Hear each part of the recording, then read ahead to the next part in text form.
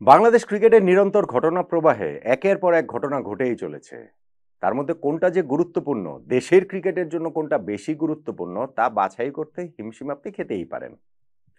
আজকেই যেমন সবচেয়ে গুরুত্বপূর্ণ আপনার কাছে মনে হতে পারে, বাংলাদেশ জাতীয় ক্রিকেট দলের ব্যাটিং কোচ হিসেবে মোহাম্মদ আশরাফুলকে যে নিয়োগ দেওয়া হয়েছে, টিম ডিরেক্টর হিসেবে আব্দুর রাজ্জাক রাজ্জে থাকবেন। আয়ারল্যান্ডের বিপক্ষে সিরিজে এই দুইজনকে এই নতুন দায়িত্বে দেখা যাবে। নিঃসন্দেহে এটা একটা বড় ঘটনা। কিন্তু একই সঙ্গে দেশের ঘরোয়া ক্রিকেটটাও তো একটা প্রবল প্রশ্নের মুখে রয়েছে। অনেকগুলো ক্লাব, ৪৩টা ক্লাব এই বাংলাদেশ ক্রিকেট বোর্ডের অধীনে first division, second division, third division, premier league এগুলো খেলতে তারা অস্বীকৃতি জানিয়ে চিঠি দিয়েছে, লিগ বর্জন করেছে বিসিবির কাছে, এবং বিসিবি ওই জায়গাটাতে খুবই কঠোর অবস্থানে রয়েছে যে যেই সব ক্লাব এই লিগে অংশগ্রহণ করবে না তাদেরকে রেলিগেটেড করে দেওয়া হবে, এবং লিগ চলাকালীন সময়ে ১-২ ম্যাচ খেলেও যদি এরকম সিদ্ধান্ত নেয় তারা, তাহলেও হচ্ছে গিয়ে অন্য দলগুলোকে পূর্ণ পয়েন্ট দিয়ে দেওয়া হবে। অর্থাৎ বিসিবি এই জায়গাটাতে হার্ড লাইনে গিয়েছে। বাংলাদেশের এই ডোমেস্টিক ক্রিকেটের এই জায়গাটা যদি ঠিক না থাকে, তাহলে আলটিমেটলি গিয়ে আমরা তো শুধু ন্যাশনাল টিমটাই দেখি, চূড়ান্ত জায়গাটাই দেখি, ওই জায়গাটাও কি আরো অনেক বেশি নড়বড়ে হয়ে যাবে না? দেখুন, আশরাফুল বাংলাদেশের ব্যাটিং কোচ হয়েছেন। এই আয়ারল্যান্ডের বিপক্ষে সিরিজটাতে তিনি দলের সঙ্গে যোগ দিচ্ছেন, থাকছেন শুধুমাত্র এই একটা সিরিজের জন্য। এই তিনি যুক্ত হয়েছেন, সেইটা আসলে কেমন হলো ওই আলোচনা করছি। তার আগে আমি একটু অ্যাপারেন্টলি যেইটা আপনার কাছে গুরুত্বপূর্ণ নাও মনে হতে পারে, যে ক্লাবের এই অবস্থান, ক্লাব বিসিবির এই মুখোমুখি অবস্থান, সেটা নিয়ে একটু ছোট্ট করে একটু বলে নিতে চাই। এইখানটার সায়েন্সটা বা এটার ম্যাথটাই আমার মাথাতে আসলে ঢোকে না। যে বিসিবির নির্বাচন হলো, ক্লাব ক্যাটাগরির যেই ৭৬টা ক্লাব রয়েছে তার মধ্যে ৪৮টা ক্লাব নাকি বিসিবি নির্বাচন বর্জন করেছিল, অথচ সেইখানে নাকি ৪২টা ভোট পড়েছে। সো ৭৬ থেকে ৪৮ বিয়োগ করলে ৪২ কিভাবে হয়, এই সায়েন্স কিংবা ম্যাথ আমি বুঝি না। আজকে আবার জানানো হলো যে ৪৩টা ক্লাব এই লিগ বর্জনের চিঠি বিসিবিকে দিয়েছে। সো সেই হিসাবটাই বা আবার কিভাবে মিলছে? যারা লিগ বর্জন করছে তারা কি আসলে ইলেকশনে ভোট দিয়েছিল কিনা, সেটাও কিন্তু একটা প্রশ্নের মুখে আছে। এখন আপনাদের কাছে এই প্রশ্নগুলো কোনোটাই খুব একটা গুরুত্বপূর্ণ মনে নাও হতে পারে। অবভিয়াসলি বাংলাদেশ ক্রিকেট বোর্ডের কাছেও গুরুত্বপূর্ণ না, কারণ নির্বাচন হয়ে গেছে, নির্বাচিত পরিচালক চলে এসেছেন, আগামী ৪ বছরের জন্য এই বিসিবি থাকছে, ফলে এইগুলো নিয়ে আলোচনার বা কথাবার্তার কি আছে। কিন্তু বিসিবি কিভাবে গঠিত হয়েছে, বাংলাদেশের হাওয়াটা কি, সেগুলো আমরা সবাই জানি। সো ভবিষ্যতে যদি এই হাওয়া পাল্টে যায়, তখন এই জায়গাটাতে কিন্তু সবার ফেরত আসতে হবে, এবং এইটা একটা বড় বড় রকম প্রশ্নের মুখে বাংলাদেশের এই এখনকার নির্বাচিত ক্রিকেট বোর্ড পড়ে যাবে নিঃসন্দেহে। বিসিবিকে যেই ক্লাবগুলো চিঠি দিয়েছে সেইখানটাতে তামিম ইকবালের গুলশান ক্রিকেট ক্লাব নেই। তামিম ইকবালকে রেখেই কিন্তু ওই যে স্টেজে অনেক সংগঠক, ক্লাবের এই যে ঢাকার ক্লাব ক্রিকেটের সংগঠকরা কিছুদিন আগে একটা প্রেস কনফারেন্স করেছিলেন, এবং সেইখানটাতেও তারা বিসিবির বিপক্ষে এই লিগ বর্জনের ঘোষণাটা দিয়েছিলেন। সেটা ছিল প্রেস কনফারেন্সে ঘোষণা, আর আজকে তো চিঠি দিয়েছেন।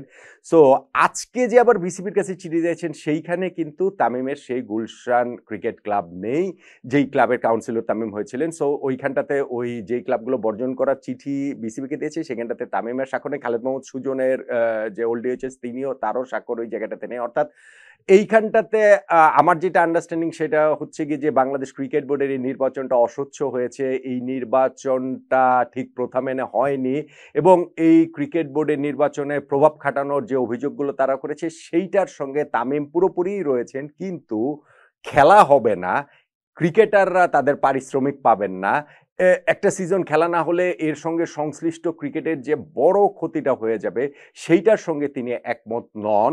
আমার আন্ডারস্ট্যান্ডিং সেইটা, সেই কারণে হয়তোবা যে লিগ খেলবেন তিনি বা তার ক্লাব খেলবেন, সেই জায়গাটাতে তামিম ইকবাল, খালেদ মাহমুদ সুজনরা তারা ওই জায়গাটাতে রয়েছেন বলেই আমার কাছে মনে হচ্ছে। কিন্তু বিসিবি যেইখানটাতে আবার স্ট্যান্ড নিয়েছে যে না, যেই ক্লাবগুলো খেলবে না, তো তারা যদি না খেলে তাহলে তাদেরকে রেলিগেটেড করে দেওয়া হবে।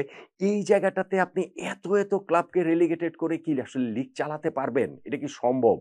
এখন যতই আপনারা বলেন যে থার্ড ডিভিশন দিয়ে আমাদের এই সিজন শুরু হওয়ার কথা ছিল, সেটা ফার্স্ট ডিভিশন দিয়ে শুরু করা হচ্ছে, কেননা ফার্স্ট ডিভিশনে এখনকার বিসিবির যারা রয়েছেন তাদের যে ক্লাব সেই ক্লাবের সংখ্যাটা বেশি বা তাদের পক্ষের ক্লাবের সংখ্যাটা বেশি, কিন্তু সেইটা হলেও তো ওইখানেও নাকি ৮টা ক্লাব রয়েছে যারা আসলে এই ফার্স্ট ডিভিশন লিগটা বর্জন করছেন। সো তারা যদি রেলিগেটেড হয়ে যান, সেই রিপ্লেসমেন্টটা আসলে কিভাবে হবে, লিগটা আসলে কিভাবে চলবে? ফলে ক্লাব এবং বিসিবির এই যে মুখোমুখি অবস্থান, এই যে দ্বন্দ্বটা, সেইটা বাংলাদেশ ক্রিকেটের সামনে একটা অচল অবস্থা তৈরি করবে বলে আমার প্রবল আশঙ্কা আছে। এখন আসেন ন্যাশনাল টিমের হিসাবটা। আমরা তো আসলে ক্লাব, ঘরোয়া ক্রিকেট, ওই যে নির্বাচন যখন আসে তখনই এইটা নিয়ে কথাবার্তা বলি টলি, কিন্তু যখন আমাদের ওই সবসময় আমাদের ফোকাসের জায়গাটা ন্যাশনাল টিমে থাকে, এবং ন্যাশনাল টিমের এইখানটাতে মোহাম্মদ আশরাফুলকে ব্যাটিং কোচ হিসেবে ইনক্লুড করা হয়েছে। আশরাফুলের জন্য এটা সারপ্রাইজিং হয়ে এসেছে, সত্যিকার অর্থে সারপ্রাইজিং হয়ে এসেছে। তিনি এখনই বাংলাদেশ জাতীয় দলের সেট আপে যে ব্যাটিং কোচ হিসেবে তিনি যুক্ত হয়ে যাবেন তিনি ভাবেননি। তিনি বয়সভিত্তিক দলগুলোর সঙ্গে থাকতে চেয়েছিলেন। তিনি এই মুহূর্তেও জাতীয় ক্রিকেট লিগেও তিনি কোচিং করাচ্ছেন। সো ওই আস্তে আস্তে তিনি নিজেকে তৈরি করে ন্যাশনাল টিমে দেখতে চেয়েছিলেন, কিন্তু ক্রিকেট বোর্ড এরকম একটা সিদ্ধান্ত নিয়েছে যে আয়ারল্যান্ডের বিপক্ষে সিরিজেই তাকে সংযুক্ত করা হচ্ছে শুধুমাত্র আয়ারল্যান্ডের বিপক্ষে সিরিজটার জন্য। এবং সেইটার ক্ষেত্রে যেটা হয়েছে যে আমাদের বোর্ড ডিরেক্টর যিনি রয়েছেন আব্দুর রাজ্জাক রাজ, যিনি ন্যাশনাল টিমের সাবেক ক্রিকেটার বা হাতি স্পিনার, সঙ্গে সাবেক নির্বাচকে ছিলেন, তিনি টিম ডিরেক্টর হিসাবে আয়ারল্যান্ডের বিপক্ষে সিরিজটাতে থাকবেন শুধুমাত্র এই সিরিজটার জন্য।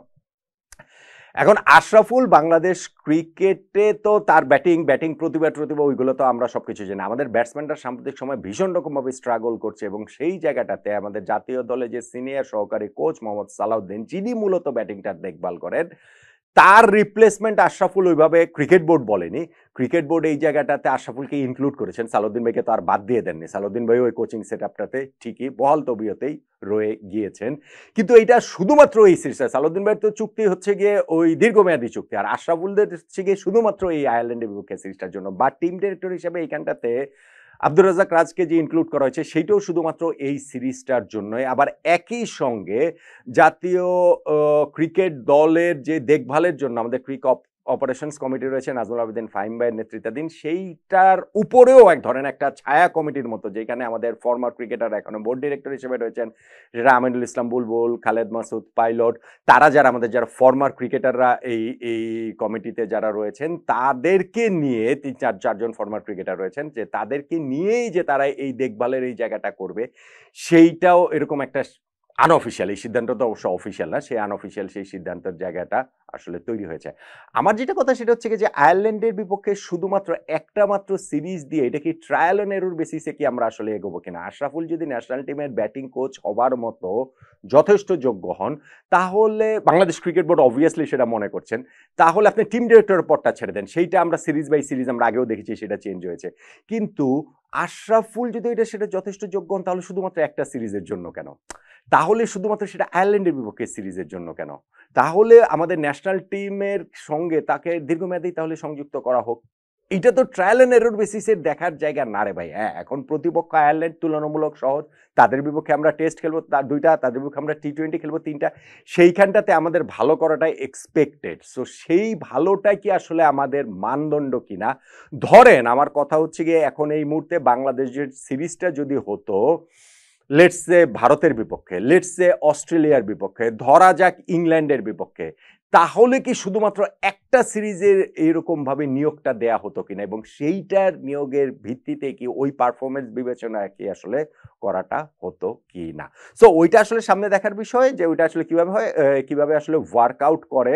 কিন্তু আমার কাছে মনে হয় যে আসলে ক্রিকেট বোর্ডের এই সিদ্ধান্তগুলো ক্রিকেটীয় পার্সপেক্টিভ যতটা রয়েছে, একই সঙ্গে একটু জনপ্রিয় পার্সপেক্টিভের জায়গাটা থেকেও তারা এরকম সিদ্ধান্ত নিচ্ছেন, যে এরকম সিদ্ধান্ত নিলে সেটা একটু জনপ্রিয় হবে। আশরাফুলকে আমি বলছি না যে তিনি ন্যাশনাল টিমের কোচিং সেটআপে আসতে পারেন না, আমি সেটা বলছি না।